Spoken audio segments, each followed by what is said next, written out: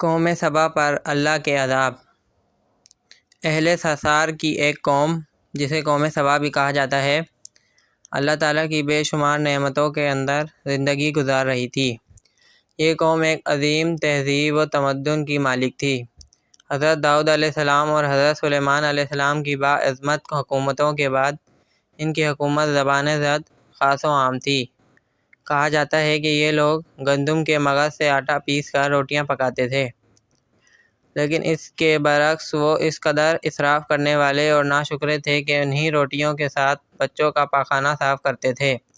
بعد ازاں ان آلودہ روٹیوں کو اکٹھا کرنے سے ایک پہاڑ بن گیا تھا۔ پھر ایک صالح شخص نے وہاں سے گزرتے ہوئے ایک عورت کو دیکھا جو روٹی کے ساتھ بچے کے پاخانہ کے مقام کو صاف کر رہی تھی۔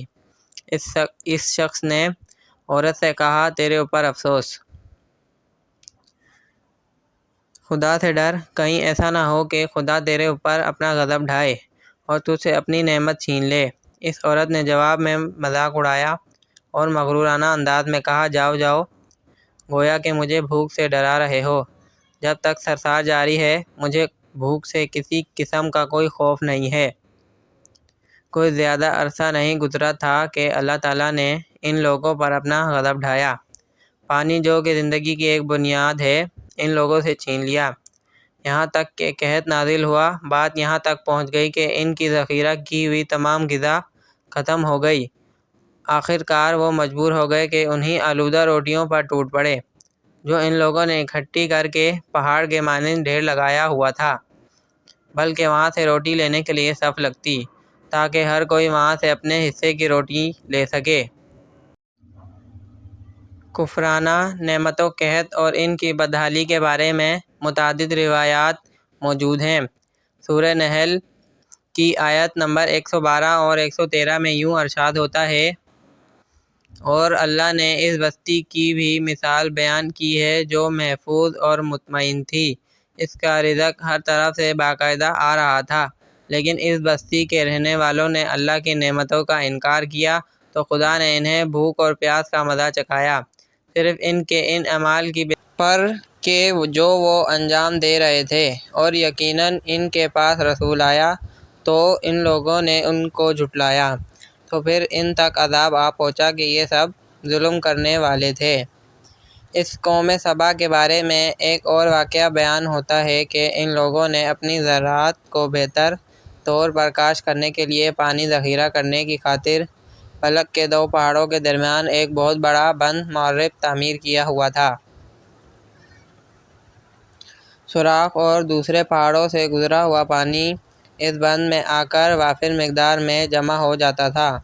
قوم سبا نے اس پانی سے صحیح طور پر استفادہ کرتے ہوئے وسیع و عریض اور بہت سے خوبصورت باغات لگائے اور کھیتی باڑی کو رونق بخشی۔ ان باغات کے درختوں کی شاخیں اس قدر پھلوں سے لدی ہوئی ہوتی تھیں کہ کہتے ہیں کہ اگر کوئی شخص سر پر ٹوکری رکھ کر ان کے نیچے سے گزرتا تو پھل خود بخود ٹوکری میں گرنا شروع ہو جاتے اور قلیل مدت میں ٹوکری تازہ پھلوں سے بھر جاتی۔ لیکن نعمتوں کی کثرت نے انہیں شکر کرنے کے بجائے سرمست اور غافل کر دیا تھا، یہاں تک کہ ان کے درمیان بہت بڑا طبقاتی نظام وجود میں آ چکا تھا۔ ان میں سے صاحب اقتدار لوگوں نے کمزوروں اور ضعیفوں کا خون چوسنا شروع کر رکھا تھا،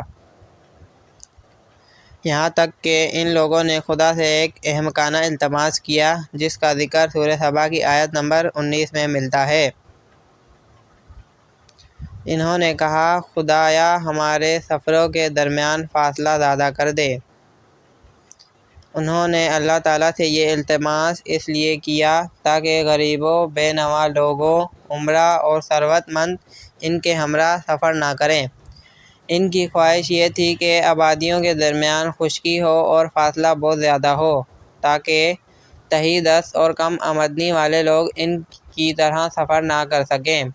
اللہ تعالیٰ نے ان مغرور پیٹ کے پجاریوں پر اپنا غضب نازل کیا۔ بعض روایتوں کے مطابق ان مغرور لوگوں کی آنکھوں سے دور صحرائی چوہوں نے معرب نامی بند کی دیواروں پر حملہ کر کے انہیں اندر سے کھوکھلا کر دیا۔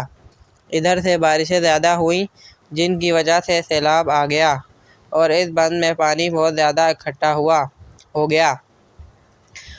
اچانک بند کی دیواریں ٹوٹی۔ اس سے ایک بہت بڑا سیلاب آیا جس میں تمام دیہات، آبادیاں، مال مویشی، باغات، کھیتیاں، ان کے محل اور گھر پانی میں غرق ہو کر نابود ہو گئے۔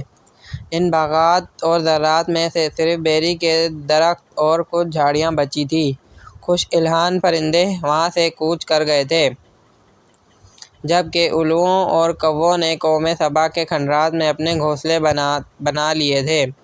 اس بات کا ذکر سورہ سبا کی آیت نمبر 15 اور 16 میں ملتا ہے، اور آخر میں سورہ سبا کی آیت نمبر 17 میں قرآن کریم میں اس واقعے کا یوں نتیجہ نکالا ہے: یہ ہم نے ان کی ناشکری کی سزا دی ہے اور ہم ناشکروں کے علاوہ کسی کو سزا نہیں دیتے ہیں۔